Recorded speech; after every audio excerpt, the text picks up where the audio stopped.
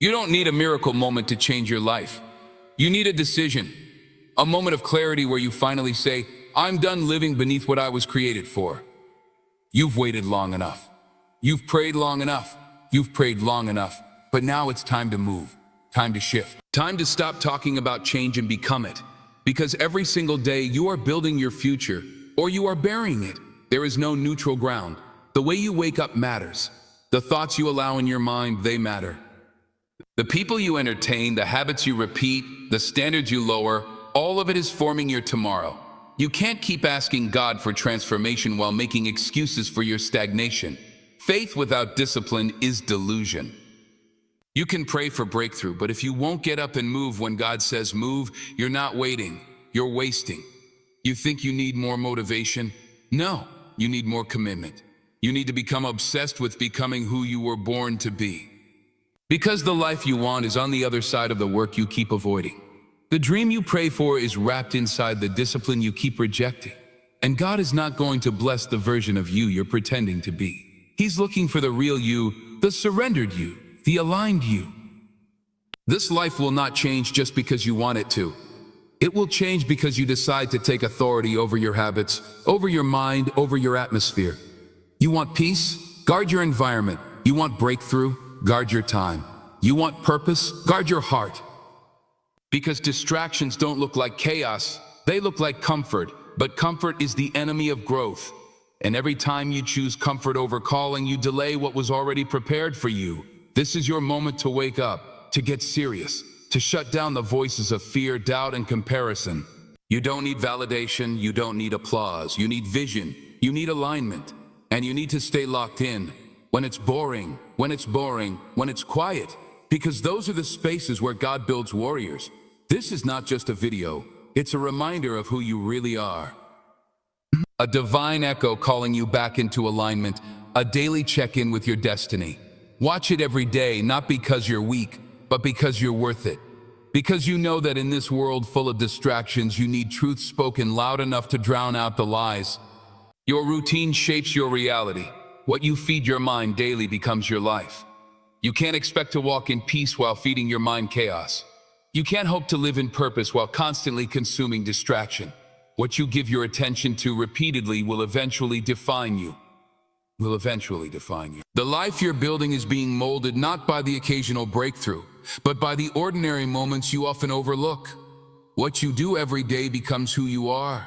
You don't drift into excellence, you don't stumble into purpose, you build it day by day, decision by decision, thought by thought. Your morning matters, your words matter. What you read, what you watch, what you speak, what you rehearse internally, it all matters. Because repetition is how the soul learns. If you feed your mind fear, you'll act out of anxiety. If you feed your mind truth, you'll walk in clarity. It's not magic, it's alignment. People are praying for a better life while maintaining the same toxic patterns that are destroying their future. The prayer isn't enough if your routine doesn't change. You can't be asking God to transform your situation if you won't transform your schedule. You have to discipline your habits to match your vision. What are you doing daily that supports where you say you want to go? Are your actions aligned with your assignment? Because you can't rise higher than your patterns. You can't walk in power while feeding your mind garbage. Social media scrolls, gossip conversations, negative news cycles, these things don't just waste your time, they drain your spirit. You were not created to be constantly distracted. You were designed for depth, for purpose, for focus. But you have to make the decision every single day to protect that. To fight for that, to be intentional with your time and ruthless with your routine. It's not just about productivity, it's about preparation. Every great destiny requires a disciplined mind. Every elevation demands a renewed focus. The people you admire, the lives you want to model, none of them got there by accident. They built habits that carried them when motivation ran out. They built structures so that when storms came, they didn't fall apart. They trained their minds to think higher, live deeper, and move with purpose. So ask yourself, what are you feeding your mind today? Are you repeating the cycle that's kept you bound, or are you rewiring your routine to match where you're going? Because the reality is your future isn't waiting on luck, it's waiting on your discipline. Your dreams are not delayed by God, they're often delayed by your inability to consistently align your actions with your prayers. What you feed grows, what you starve dies. So if you want peace, feed your mind truth. If you want strength, feed your mind discipline. If you want vision, feed your mind clarity. Because your life is not just the sum of what happens to you, it's the result of what you feed your mind every single day. Discipline must outlast emotion. Growth starts when the feeling fades. Emotion is the spark, but discipline is the engine. It's easy to start when you're excited. It's easy to show up when the vision is fresh, when the music is playing, when the crowd is cheering, when the moment feels right. But growth isn't measured by what you do when you're motivated. Growth is measured by what you do when you don't feel like doing it at all. Real progress begins where your feelings end. When the initial rush fades and the grind shows up. When no one is clapping, no one is watching, and you still choose to be consistent. That's where character is built. That's where spiritual maturity forms. It's not in the high moments, it's in the mundane. It's in the decision to show up again and again because you said you would. Because you made a commitment not just to an outcome, but to the process. Discipline doesn't ask how you feel. Discipline says, let's go anyway. It speaks louder than the excuses your mind tries to justify. Because emotions are temporary. They're inconsistent, they're reactive, they fluctuate. But discipline is the voice of your future self calling you to stay the course. It's the internal agreement that says, I'm not led by my moods. I'm led by my mission. This is why most people never grow. Because the moment they don't feel it, they quit. They mistake temporary discomfort for misalignment. They confuse resistance with a sign to stop. But resistance is part of the refinement. If you're building anything meaningful, your faith, your business, your body, your character, you're going to hit resistance. The question is not how you feel when it's easy. The question is who you become when it's not. Growth is painful because it stretches you. It forces you to confront the part of you that wants comfort more than calling. But you can't grow and stay comfortable. You can't change and remain the same. Discipline invites you to sacrifice now so you can succeed later. To silence the noise of your impulses and follow the truth of your values. When you train your discipline to be stronger than your emotion, you stop being ruled by how things feel and start being moved by what you believe. You wake up early not because it feels good, but because you know it aligns with your goals. You forgive not because your emotions say so, but because your spirit demands freedom. You work hard not because the mood is perfect, but because the mission matters. Growth begins when you choose to act beyond the motivation, when you dig into your faith, your values, your purpose, and let those drive your behavior. Because emotion is seasonal, but purpose is eternal. When discipline becomes your lifestyle, you stop living in cycles and start living in momentum. You no longer wait to feel right, you act right, and the feelings catch up later. This is how transformation happens. Not in a moment of hype, but in the quiet daily choices that compound over time. Discipline must lead, emotion must follow. That's how you grow.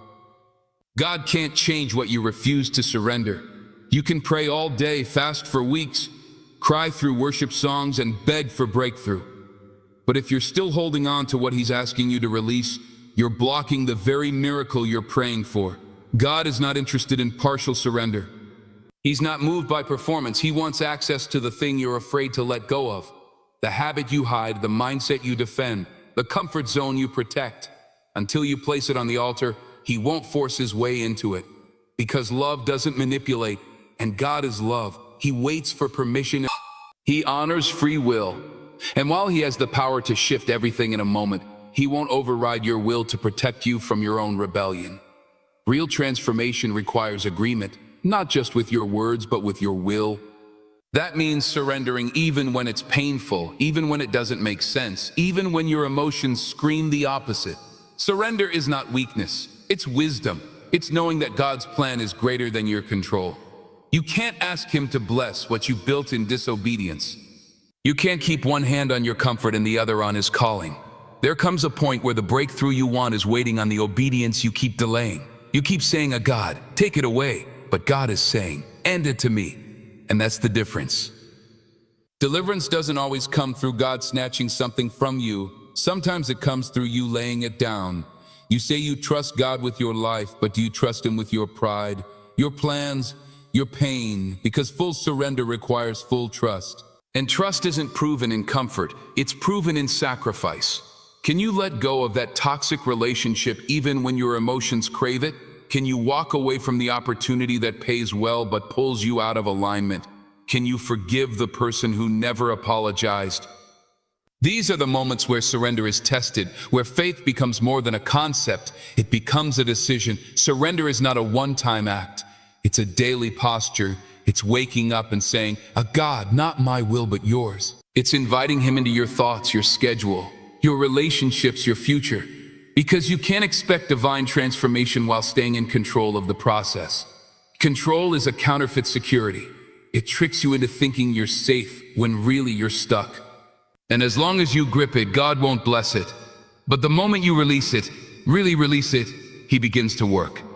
Maybe not how you expect, but always better than you imagined. He heals what you thought was permanently broken. He restores what you thought was lost. He brings clarity where there was confusion, but it begins with surrender. Until you give it to him, he won't change it. Because what you conceal, he can't heal. And what you protect from him, he can't transform. Surrender is the key. It unlocks what striving never could. Consistency beats intensity. Small steps taken daily shift the direction of your destiny. We live in a world addicted to the big moment, the flashy gesture, the overnight success. But real transformation doesn't come through a burst of energy or one massive leap.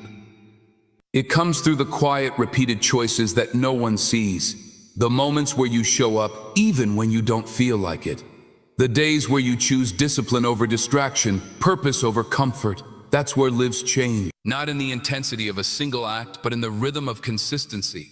Intensity feels good for a moment, but it can't carry you long term.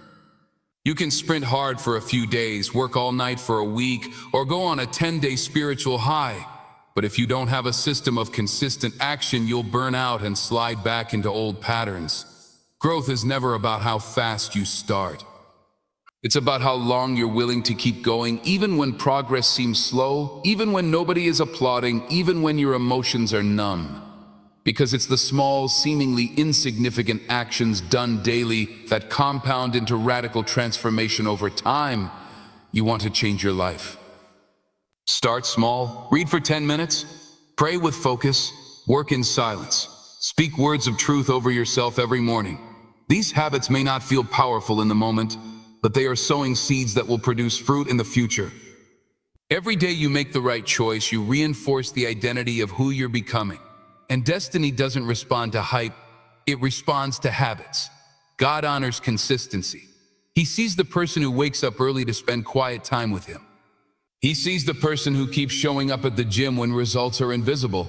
He sees the one who is faithful in the little things, because it's in those little things where character is forged.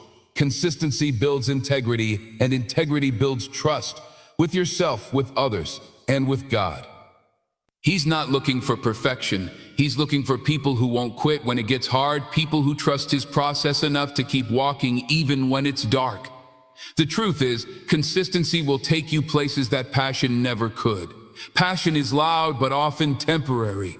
Consistency is quiet but deeply rooted. It doesn't depend on mood or motivation. It's a decision daily, sometimes hourly, to keep pressing forward, to keep moving the needle 1 inch at a time. You may not see the full picture yet, but every faithful step is painting it. So don't despise the small beginnings. Don't underestimate the power of showing up. Your destiny isn't shaped by what you do once in a while. It's shaped by what you do over and over again. If you want real change, be consistent. If you want to shift the direction of your life, take small steps every single day. Those steps over time will take you farther than intensity ever could. Your mind is a battlefield. Win it daily or lose yourself gradually. Every single day, whether you realize it or not, a war is being waged in your thoughts. It's not just about external circumstances. It's about what you allow to take root in your inner world. The mind is the gatekeeper to your actions, your emotions, your decisions, and ultimately your destiny. If you don't take authority over your thoughts will take authority over you. The enemy doesn't always attack with weapons you can see. He works through suggestions, through doubt, through shame, through fear. He plants subtle lies like, you'll never be enough, you're too broken to be used, or it's too late to change. And if you're not alert, you'll start repeating those lies until they sound like truth. You'll dress them up as personality traits or call them a just how I think, not realizing you've been slowly surrendering territory that was never his to take. This is why you must guard your mind like a soldier. You must be intentional about what you let in, what you meditate on, and what you rehearse internally. Every day you wake up, you have a decision to make. Will I let truth or fear lead me today? Will I operate from purpose or from pain? Will I live out of God's promises or my past experiences? You can't live a victorious life with a defeated mindset. Winning the battlefield of the mind isn't about pretending negative thoughts don't exist. It's about confronting them, taking them captive, and replacing them with truth. That requires work. It requires repetition. It requires renewing your mind daily with what God says about you. Because just like your body needs daily nourishment, your mind needs daily alignment. You don't win the battle once, you win it daily.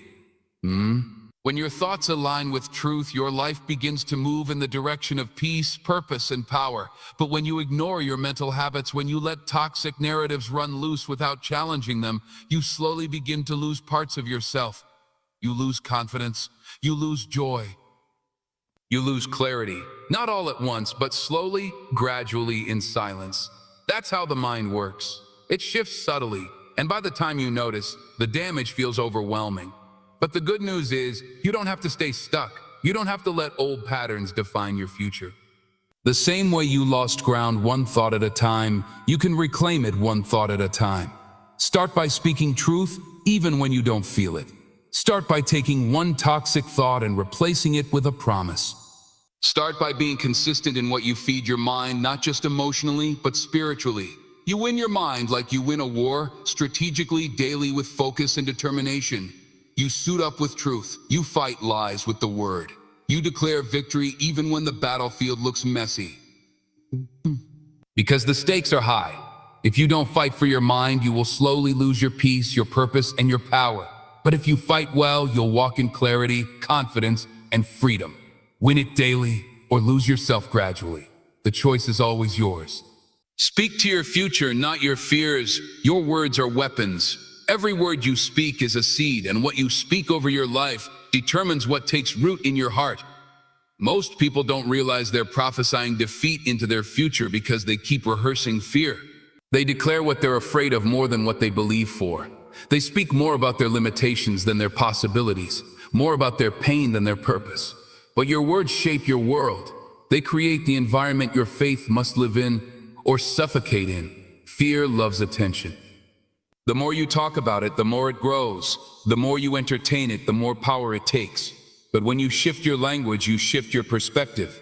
When you start speaking to your future, declaring what God says about you rather than what fear says, you reclaim your authority. Your words are not just noise, they are tools. They are weapons against anxiety, depression, doubt, and delay. The tongue has the power of life and death, and what you speak consistently will manifest eventually.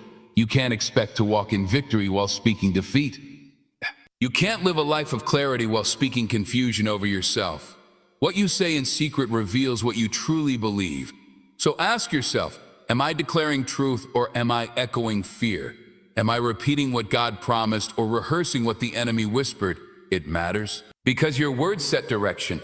They establish vision, they command alignment. You've got to speak to the version of you that hasn't arrived yet. Speak to the healed version. Speak to the focused version. Speak to the bold, disciplined, joyful, and restored version of yourself. Even when you don't see it yet, even when it feels out of reach. That's how faith speaks. Faith calls things that are not as though they were. Faith doesn't deny reality, it just refuses to let fear write the final sentence. Your words should echo heaven, not hell. They should reflect where you're going, not just where you've been. And that takes discipline. You must train your mouth to speak life. Even when your emotions feel broken, you must learn to declare peace when your world is chaotic, to speak favor when all you see is lack, to prophesy growth when you're still surrounded by the same struggle. The enemy wants you to keep quiet. He wants you to stop speaking because he knows the moment you open your mouth in faith, power is released. Breakthrough starts when you align your language with your purpose. So stop narrating your fears like they're facts. Start speaking to your future like it's listening, because it is. Every declaration is a seed into your tomorrow. Every time you speak life, you push fear back into the shadows where it belongs. You are not powerless. You have a voice. Use it with intention. Speak to your future with boldness, because your words are not just reflections of your mindset. They are the architects of your destiny. Speak wisely. Speak boldly. Speak life. You don't need more time. You need more focus. The problem isn't the clock. It's not that you're running out of hours in the day. The truth is, time isn't your enemy, distraction is. We often say, if I just had more time, I could get it done, but the truth is, most of us waste the time we already have. We scroll through our phones, entertain every voice, every opinion, every invitation, and wonder why we're tired but not fulfilled. It's not a time shortage, it's a focus crisis. Focus is the ability to lock in on what matters most and tune out what doesn't. It's choosing depth over noise, purpose over popularity, alignment over activity. Just because you're busy doesn't mean you're moving forward. You can be busy doing things that look productive but lead nowhere. You can fill your schedule and still miss your calling if you're not focused. Because what you give your attention to, you give your power to. And too many people are giving their power to the wrong things. You don't need another motivational podcast, another planner, or another goal-setting app. You need to sit down, get quiet, and ask yourself, what actually matters right now? What has God assigned to me in this season? What distractions have I been entertaining that are draining my energy and dividing my mind? These are the questions that bring clarity, and clarity leads to focus. And focus, when sustained, leads to fruit. People don't fail because they lack potential. They fail because they lack focus. Talent can open a door, but only focus will keep you walking through it. Passion may give you a spark, but focus builds the fire. The enemy doesn't have to destroy you. He just has to distract you long enough that you destroy your own momentum. That's why the greatest warfare often comes not through crisis, but through convenience. It's in the mindless moments, the scrolling, the overcommitments, the people-pleasing. These are the silent thieves of focus. When you decide to truly focus, you stop chasing everything and start mastering something. You stop comparing and start cultivating. You stop trying to be everything for everyone and start becoming exactly who God created you to be. Focus creates flow. When your mind is fixed and your spirit is aligned, you move with clarity, purpose, and power. That's where progress lives, not in the chaos of multitasking, but in the discipline of narrowing your energy. So stop waiting for more time. You already have enough. What you need is to decide that your purpose matters more than your distractions. That your calling is too valuable to be shared with every voice on the internet. That your growth requires you to be intentional, not just busy. Because it's not how many hours you have, it's how you use them. Focus turns minutes into momentum. And when you learn to focus, you won't need more time. You'll finally make the most of the time you already have.